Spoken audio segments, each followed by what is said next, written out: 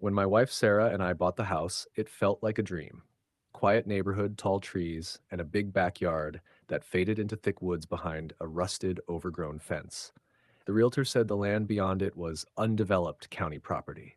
No trails, no utilities, no trespassing, she said. The fence, according to her, was probably just an old property line marker.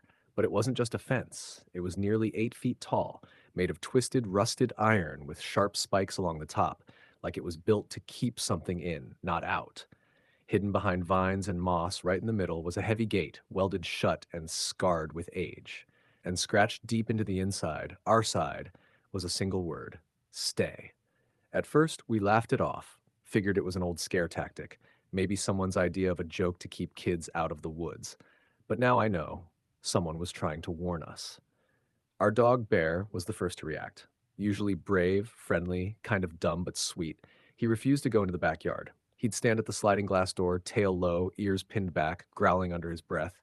No matter how much we called him, he wouldn't step outside. Then came the dreams. Sarah said it started with her. Dreams of the woods, of black trees pressed too tightly together, no wind, no sky, just endless dark. She said she heard footsteps between the trunks, saw shapes move. I told her it was probably just stress, new house, unfamiliar place. But then I started dreaming it too. And then it got worse. One night I woke up, exactly 3:17 a.m. No sound, no nightmare, just awake as if something had pulled me up. The house was silent. Even Bear wasn't snoring. I walked to the window and looked out into the backyard, and I saw it, standing just inside the fence, on the other side of the welded gate. It was tall, pale, barely human, a silhouette shaped like a man, but wrong. It didn't move, didn't hide, just stared. Then it raised one thin arm and pointed directly at me. I blinked. Gone. The next morning, I walked outside. Dew covered the grass. That's when I saw them, footprints. Bare, human shape but off. Toes too long, heels too deep. They led from the gate across the yard and stopped right beneath our bedroom window. That night, Sarah told me I'd been whispering in my sleep, not mumbling, whispering clearly. Let me back in. I remember now. Let me back in. I didn't remember any of it, but she said she saw me get out of bed around 2 a.m., walk to the back door, unlock it, and just stand there staring out at the fence. She said I spoke to it, and something whispered back. Then came last night. Sarah woke me up, shaking me, her eyes full of panic. The gate, she said. Listen. I held my breath. Metal. Groaning. A long, sharp screech like rusted hinges tearing open. We ran to the window. The gate was open, bent inward, warped and twisted, as if something had forced its way through from the other side. I grabbed a flashlight and stepped outside. The air was colder, still.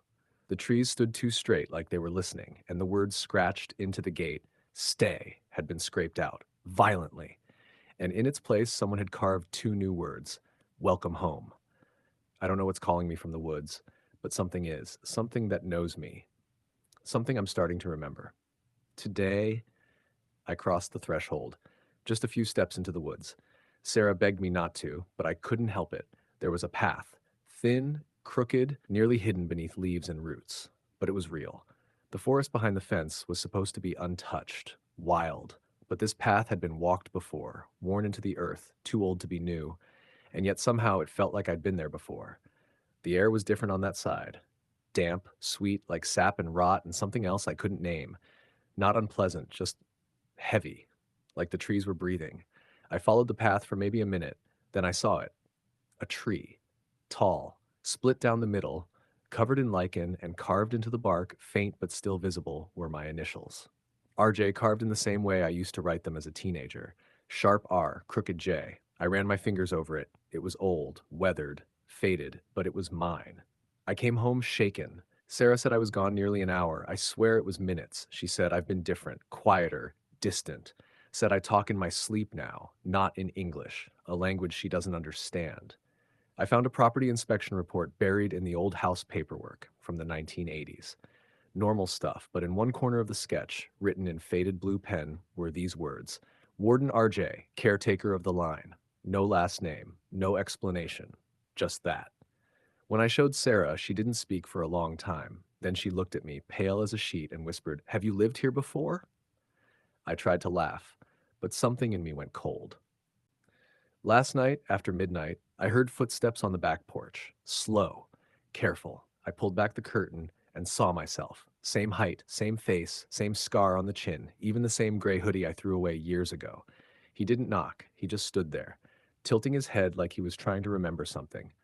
I opened the door, but he was gone. Except the sliding door was unlocked, and on the floor just inside lay a shard of rusted iron, broken from the gate. One word was carved into it: return. I don't know what I am. I don't know if I ever left this place or if I was always meant to come back. But the forest remembers me, and I think I'm starting to remember it too.